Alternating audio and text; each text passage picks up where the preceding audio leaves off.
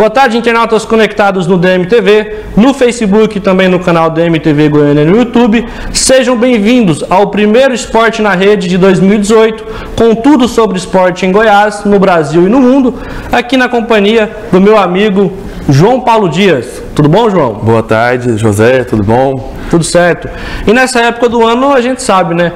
A única coisa que tem de futebol é a Taça São Paulo de Futebol Júnior, né? E ontem o Goiás goleou aí a equipe do Guarulhos de São Paulo por 4-0 na sua estreia aí na taça. Vamos conferir aí os gols.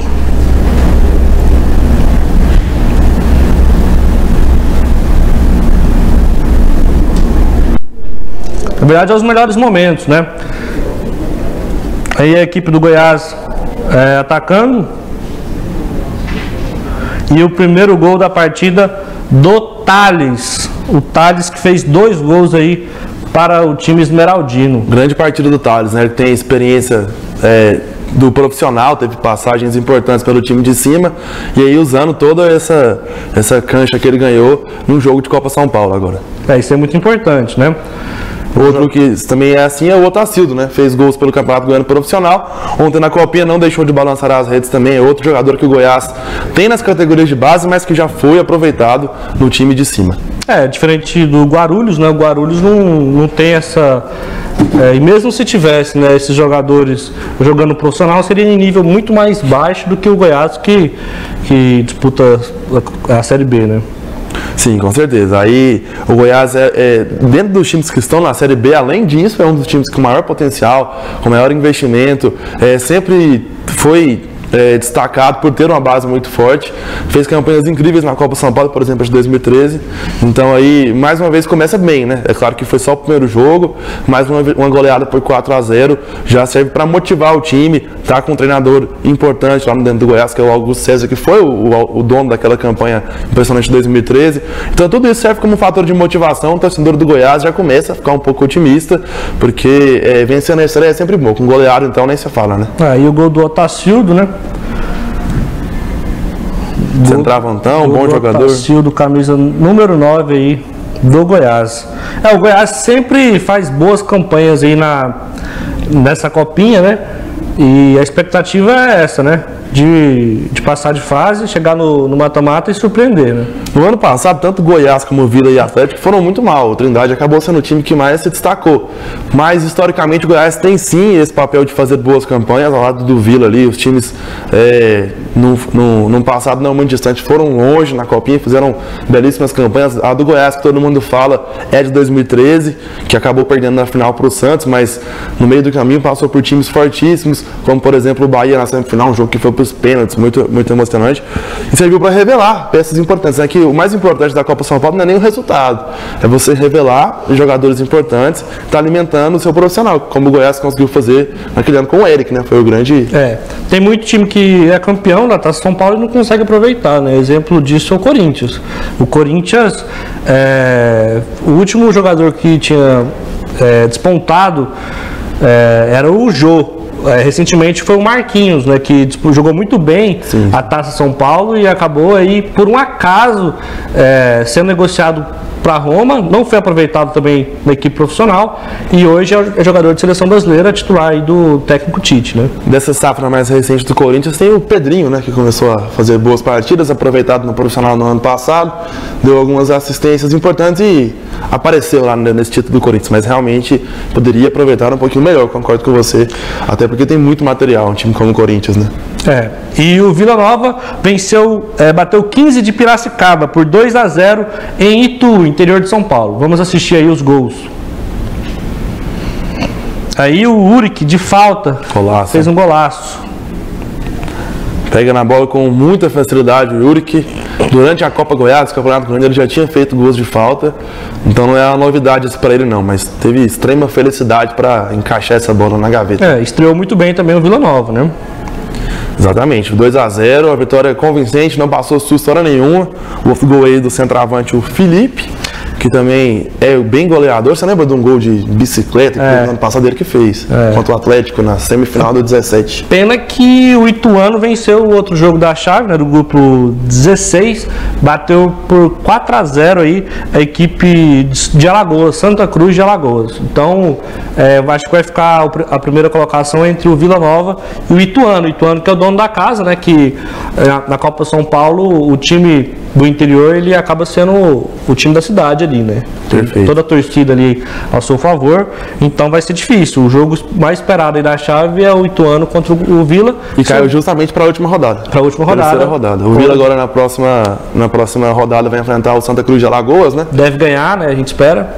E o importante é que o Vila também goleie, né? Como o Ituano também goleou, porque se o Vila Nova consegue golear a equipe do Santa Cruz, na última rodada talvez o empate pode bastar para a equipe do Vila Nova assumir a primeira colocação. Passam as duas primeiras equipes, né? Mas é sempre bom passar em primeiro, né? Para você já ter ali a possibilidade de pegar um adversário teoricamente mais fraco na fase mata-mata.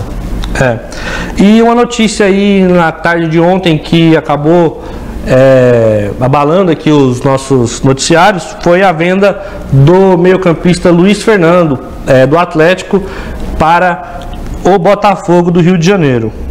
O Botafogo acabou aí comprando 50% dos direitos econômicos do meio-campista e cedeu aí 40% do atacante Vinícius Tanque e do meio-campista Fernandes.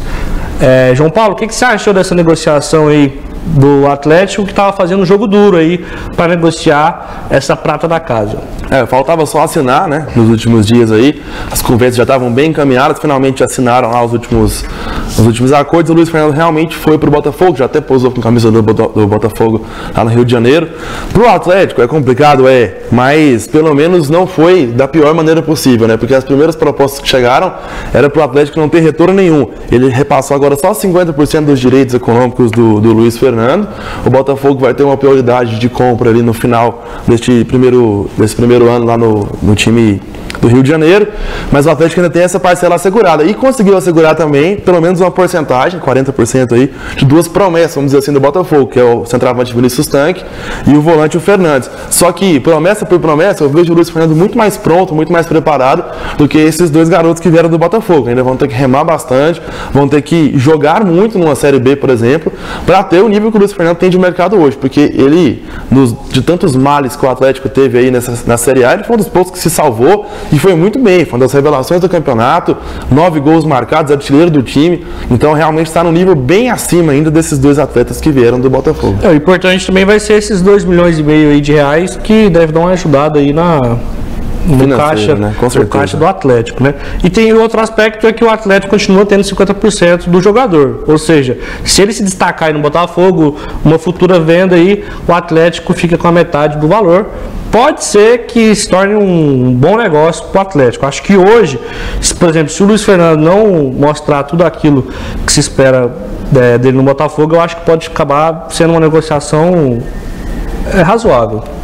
E o Atlético tem que torcer então para ele ter oportunidades lá, né? A gente vê muitos atletas que saem daqui para jogar em times, vamos dizer assim, considerados maiores, né? No eixo Rio-São Paulo, acabam ficando encostados, não tem tanta oportunidade. O último exemplo que a gente teve, por exemplo, aqui no estado, foi o Érico do Goiás, né? Estava arrebentando no Goiás, foi para o Palmeiras, teve pouquíssimas oportunidades, agora está tentando ter novas chances de novo, vai para o Atlético Mineiro, mas é sempre muito complicado esse tipo de situação. Quando o jogador está em alta aqui no estado, vai para o eixo Rio-São Paulo e lá acaba não tendo as melhores chances de mostrar seu futebol. Para a gente encerrar aqui a pauta do Atlético, notícia de momento, o volante Rodrigo, né, que jogou... começou aqui a carreira no Goiás, jogou no Palmeiras, ele acertou aí a transferência para o Atlético. Ele estava no Sport, né? Estava no Sport. Ele será aí o novo camisa 5 do Atlético Goianiense. Uma ótima contratação para o Atlético, não? Muito boa contratação. É outro exemplo, Rodrigo, que saiu daqui muito em alta, né? Valorizado e acabou perdendo um pouco da sequência de jogos, não conseguiu ter grandes sequências. No Palmeiras fez um jogo só, se não me engano. E no Sport começou bem, começou como titular, mas depois perdeu esse ritmo. Mas tem muito potencial, tem muito futebol, já mostrou isso aqui. E o Atlético está aos poucos montando um elenco forte aí para o Campeonato Brasileiro da Série B. Já começa a figurar como um forte melhor time, mais uma vez, na disputa da Série B. Um elenco muito bem estruturado, manteve os principais jogadores ali, a zaga forte, e aí trouxe agora a contratação do Rodrigo, mais um, né, desses bons jogadores que o Atlético está trazendo. Para quem não sabe, o João Paulo ele é setorista do Vila Nova, e eu vou ter que te fazer essa pergunta. O Moisés, o que vai acontecer aí com o futuro do Moisés no Vila Nova? Você acha que ele vai ser negociado para o Paysandu? Parece que já está tudo praticamente certo, né? A única pendência aí é que o Vila Nova deve um dinheiro ao Moisés e se ele abrir mão desse dinheiro ele vai. Como é que está em qual pé está essa negociação? Então, quando chegou a informação de que o Moisés poderia sair, a impressão que ficou era a seguinte: o Vila Nova não ia fazer esforço nenhum para que isso não acontecesse. Porque para o Vila Nova, querendo ou não, é até algo interessante. Tem contrato com o Moisés por mais um ano, deve uma certa quantia ao jogador, estão tentando encaixar aí para que isso acabe se equivalendo. O Moisés, querendo ou não, já está um pouco desgastado no Vila, já tem uma certa idade. O rendimento dele, se comparar a 2015, quando ele brilhou, para esse último ano, 2017, caiu bastante. Então, para o Vila seria uma negociação interessante. Por mais que o Paysandu seja um adversário, você pense, vai reforçar um adversário direto lá na Série B, mas mesmo assim para o Vila tem se mostrado uma negociação muito interessante. Eu acredito que nos próximos dias não vai ter jeito mesmo não, mas eles vai acabar saindo. Está praticamente tudo certo, as conversas estão cada dia fluindo mais, então o torcedor do Vila já pode se preparar. Não se surpreenda se aí nos próximos dias já for confirmada a saída do Moisés. Por mais que ele seja identificado com o clube, que ele goste de morar aqui em Goiânia, para ele talvez essa mudança de áreas vai ser boa também, porque ano passado ele foi muito castigado pela torcida, pegaram muito no pé dele, e na minha visão não era só culpa do Moisés, o ataque em si fez poucos gols, ele estava atuando numa posição improvisada ali, ele jogar de 9 ali, né? Segurando o zagueiro com aquele corpo, aí é sacanagem com o Moisés, né? Também, né? Então por isso talvez o rendimento dele tenha caído bastante, com certeza por causa disso, né? Mas querendo ou não, o clima dele aqui em Goiânia já não está dos melhores como foi em 2015, 2016. Ele tem um dos maiores salários do elenco, né? Quando ele subiu o time da Série C para a Série B, houve um aumento de salário, né? Para o Moisés. Conseguiu a renovação lá durante aquela história com o Ceará, né? Então também seria bom aí para os cofres do Vila Nova, talvez buscar um outro jogador, né? Porque o Moisés realmente está desgastado aí, apesar de ser um ídolo, né? Da torcida. Com certeza. Ele está desgastado aí no Vila Nova, deve ir para o Papão da Curuzu, certo? Certo. E quem vai ser o goleiro do Vila Nova aí em 2018? Para começar a temporada, que tudo indica, Gabriel Félix, garoto das categorias de base aí, uma das revelações do Vila dos últimos tempos aí no gol. Ele já passou a última temporada inteirinha treinando com os titulares, foi terceiro goleiro, às vezes até apareceu como segundo goleiro. Então, a princípio, o Vila vai de Gabriel Félix no começo do Campeonato Goiano, até buscar mais aí outras peças. Tentou trazer o Lucas Perry do São Paulo, não deu certo. E aí o Vila tem como segunda opção outro jogador das categorias de base, o Léo Leng, que está disputando a Copa São Paulo, deve ser integrado também ao elenco profissional. Então, a princípio vai de garotada, e aí aos poucos vai tentando trazer alguém com mais experiência, alguém aí com mais rodagem no futebol, mais bagagem. Aquela história de Márcio no Vila Nova... Não, descartado já. Está descartado. E o Matheus Kaiser, do Grêmio Anápolis? Vem com tudo aí, outro goleiro jovem, já passou pelo Vila na temporada passada, né? Disputou o Campeonato Goiano, teve poucas oportunidades, mas mostrou seu potencial. Mais uma vez, no cenário regional, ele conseguiu ir muito bem na divisão de acesso, foi campeão com o time do Grêmio Anápolis, está conversando com o Vila, deve ser outro jovem goleiro. Ainda vai precisar de um goleiro experiente, porque o Matheus Kaiser, se não me engano, tem 23 ou 24 anos, né? É muito jovem. É bom você ter no elenco algum goleiro um pouco mais rodado, um goleiro com um pouco mais de bagagem, para segurar em momentos complicados. Talvez no Campeonato Goiano, um goleiro mais jovem dê conta, mas você pega uma Série B, jogos complicados, jogos ali que o emocional às vezes fala mais alto, então é muito interessante se tem alguém com mais pulso, alguém com mais vivência de futebol lá debaixo das suas traves. Então, aconteceu um negócio muito interessante aí na última quarta-feira. Os dois perfis oficiais aí do Vila Nova e também do Goiás, eles fizeram uma aposta aí simultânea ali aos jogos da Copinha, né?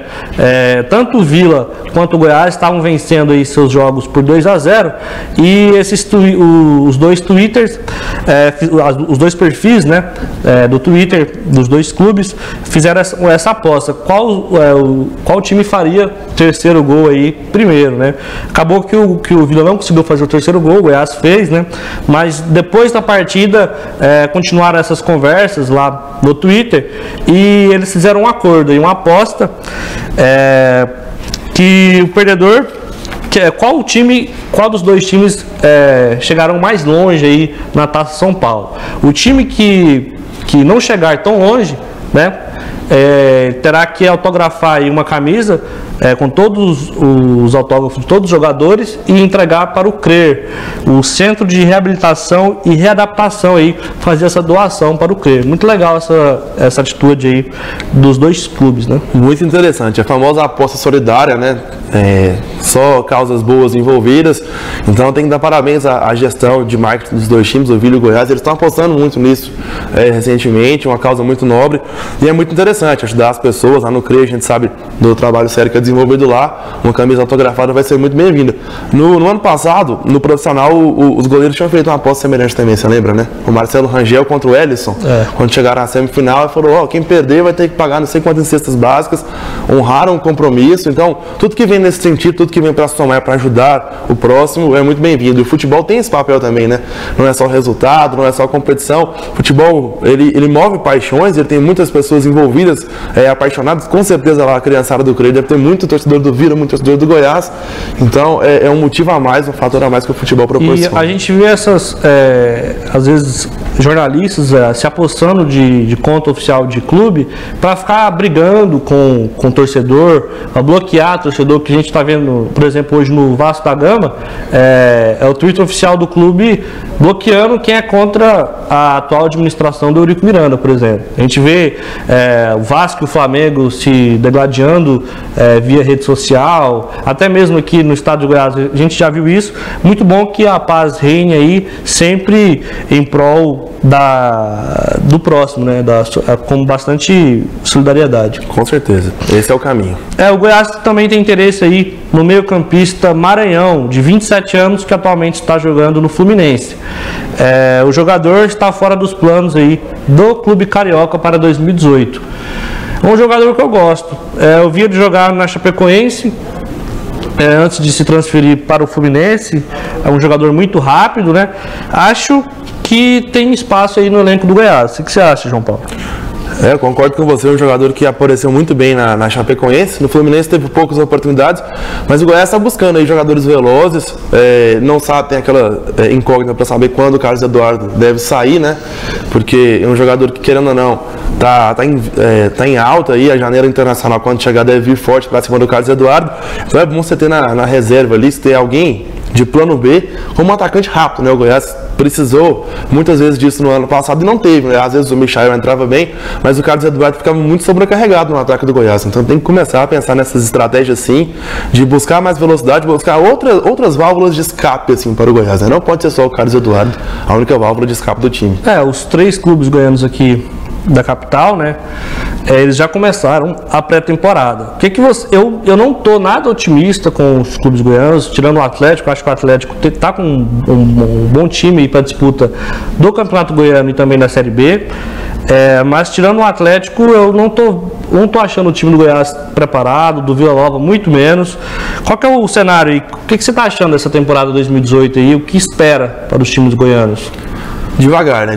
A temporada começou devagar, os times estão aos poucos ali tentando se adequar. O Atlético, sem dúvidas, é o time que está mais preparado no momento, por causa de tantos jogadores que conseguiu manter da situação do ano passado. O time que veio numa crescente, né? Por mais ter sido rebaixado, ele terminou a Série A de uma forma muito digna, conseguiu lutar de igual para igual ali nos jogos finais, manteve a maioria desses jogadores e trouxe atletas importantes aí.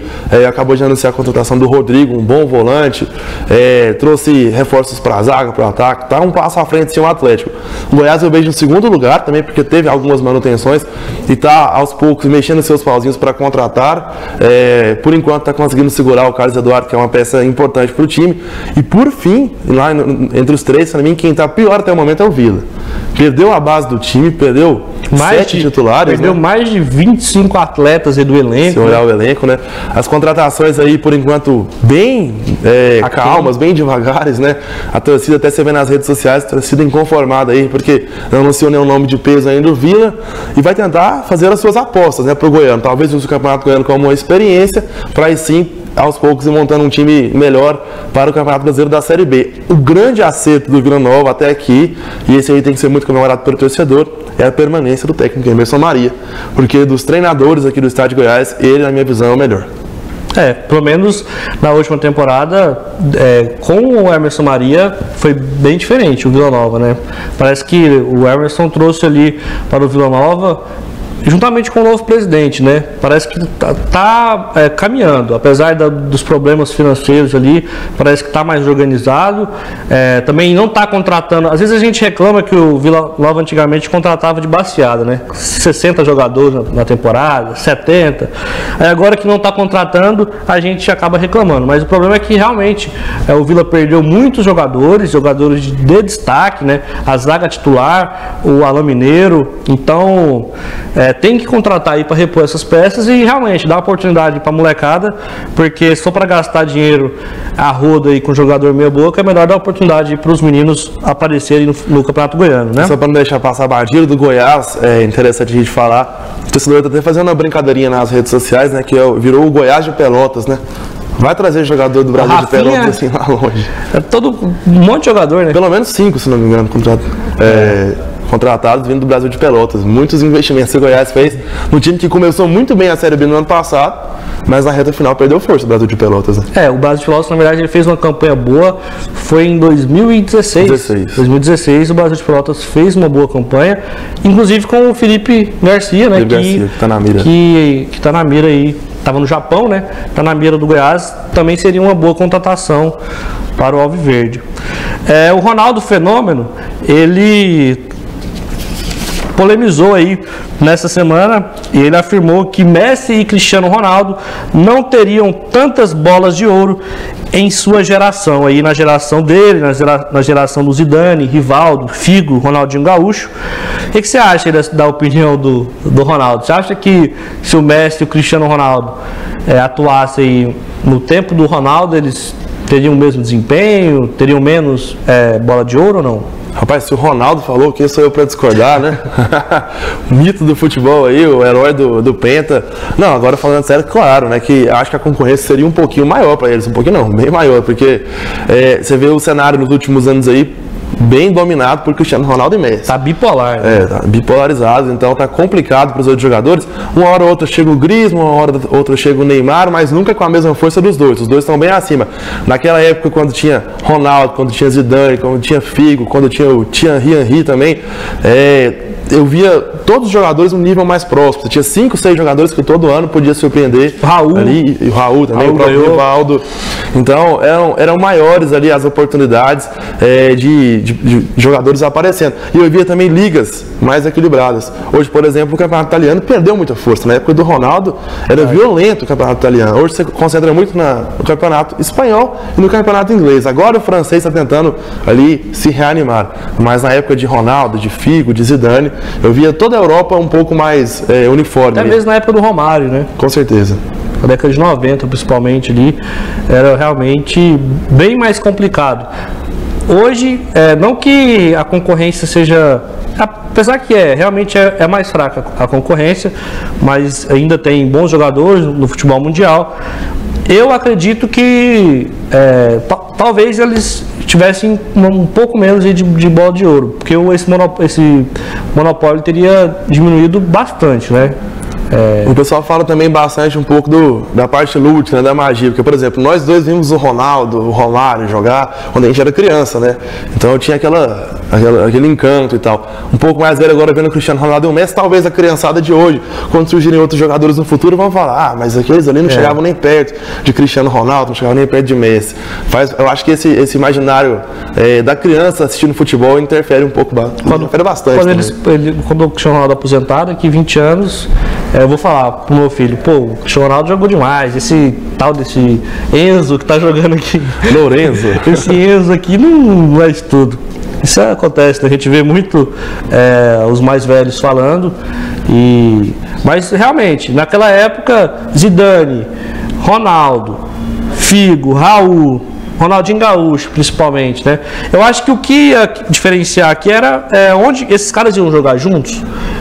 Por exemplo, o Zidane, o Figo e o Ronaldo fizeram história no Real Madrid. Aí o Cristiano Ronaldo ia jogar onde? Ia jogar no Real Madrid? O Messi ia jogar no Barcelona com o Rivaldo, com o Ronaldinho? Então, se fosse jogar juntos, O Messi, ele coexistiu um tempinho no Barcelona com o Ronaldinho. Ele meio que ocupou, o Ronaldinho deixou o lugar pro Messi, mas o Messi teve que esquentar a banca um tempinho pro Ronaldinho. Pois no caso, para ser melhor do mundo jogando com esses caras, teriam que se destacar ainda mais do que eles, inclusive no mesmo clube, né? Se fosse em clube diferente, igual o Neymar apostou, né, de ir para um outro centro, para ir ao Paris, aí teria que ganhar uma Champions League, porque só o campeonato francês não é o bastante. E eu acho que nessa situação, o jogador, igual acontece agora, ganhar 3, 4 vezes seguidas, isso é muito mais difícil também. Pode ser. O Ronaldo também disse que a grande favorita aí para a Copa do Mundo de 2018 continua sendo a Alemanha, seguida da Espanha e também do Brasil. Você está achando o quê? Está botando fé no Tite, no Brasil? Você acha que o Brasil realmente pode ser visto aí do mesmo nível dessas seleções? O Brasil tá bem, tá forte. Na última vez eu estive iludido também em 2014, né? Espero não estar iludido de novo agora para a Copa de 2018. Mas vejo sim o Brasil bastante encaminhado ali com o Tite.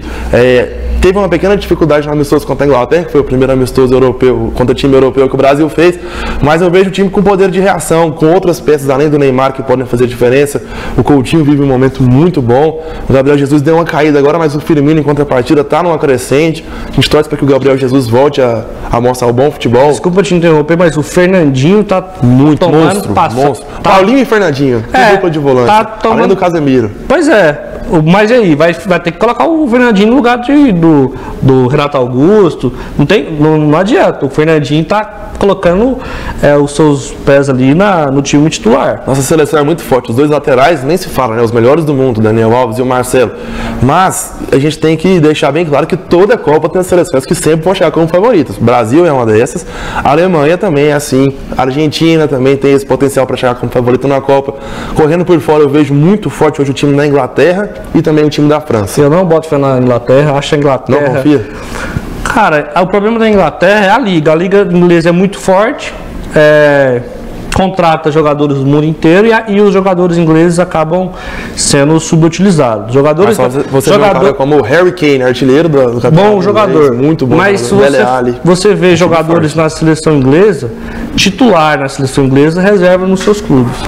E em nenhuma outra seleção no mundo isso acontece. Acredito que já está mudando um pouco isso, até por causa do forte time do Tottenham, ele aproveita o próprio Dele Alli, como o Harry Kane. Claro que tem essa situação que você falou nos últimos anos, mas essa geração da Inglaterra está muito forte e está construindo-se mais forte ainda para as próximas gerações. O Sub-21 da Inglaterra está ganhando tudo, o Sub-20, Sub-17 foi campeão mundial e o Sub-19 também. Realmente, está ganhando tudo. Eu acho que para a outra, na outra, em 2022, eu acho que a seleção da Inglaterra chega... Você vê que quando a Alemanha projetou uma base muito forte para chegar bem para a Copa de 2006, que é aquela sediaria em casa, ela chegou à final antes, 2002. Então, às vezes foi um acaso também, né? Foi bem a seleção. Mas aí a Espanha eu já não concordo tanto com o Ronaldo. Eu vejo que não é o melhor momento da Espanha. Claro que ela sempre chega forte, mas hoje não, o Morata tá muito bem. Vou discordar de novo. O Isco, na minha opinião, está entre os 5 melhores jogadores do mundo. O Isco joga demais. Não concordo. O que é mas isso? Tudo bem. O Isco na temporada passada. Muito, com certeza. Meu Deus do céu, o Isco joga muito. O Isco, Davi Silva, tá arrebentando no Manchester City. Hoje, se pudesse escolher entre a Espanha e a França, você escolheria a Espanha? Eu tiraria a Inglaterra. Eu acho que a França também tá. A França tá com um timaço e ainda tá sem o Benzema. O Benzema é uma íngua pra mim. O Benzema, ainda bem para os torcedores do Real Madrid que ele machucou. Porque... Se continuar jogando assim, pensa que o Mbappé vai jogar numa Copa do Mundo, hein? Porque tá muito bem, garoto. Até porque o Benzema não vai, né? A gente sabe dos problemas. O Benzema não vai para a seleção francesa. A seleção francesa, sim, essa tá com tanto o time titular quanto o reserva. Só jogador... O Lacazette, o Mbappé, Pogba, que é isso? Jogador seleção da França. E eu acho que Kanté, que volante, né? E eu acho que corre por fora ali a Bélgica. Forte. Pra mim falta um pouco de camisa, mas é muito forte. Chegou a hora da Bélgica parar de ser só uma eterna promessa aí e realmente aparecer para ser protagonista. Porque jogador tem. A geração belga sempre é geração muito forte, né? Quem sabe agora não vá um pouco mais longe. Tá, vamos dizer, na linguagem do futebol, tá pipocando assim nas últimas vezes que chega em E em fases mais agudas, né? Mais talento pra ir bem tem. E a gente não pode descartar também um time que tem Agüero, Messi, Di Maria, Higuaín. Não, a Argentina eu nunca descartei. A Argentina também... Porque ao contrário da Bélgica, ali, amigo, tem camisa, né? Tem camisa. Então é isso. A gente está encerrando então o primeiro Esporte na Rede de 2018. Boa tarde aí a todos os internautas conectados no DMTV. Boa tarde, João Paulo. Boa tarde. Foi um prazer mais uma vez estar aqui com vocês. Então até semana que vem. Boa tarde.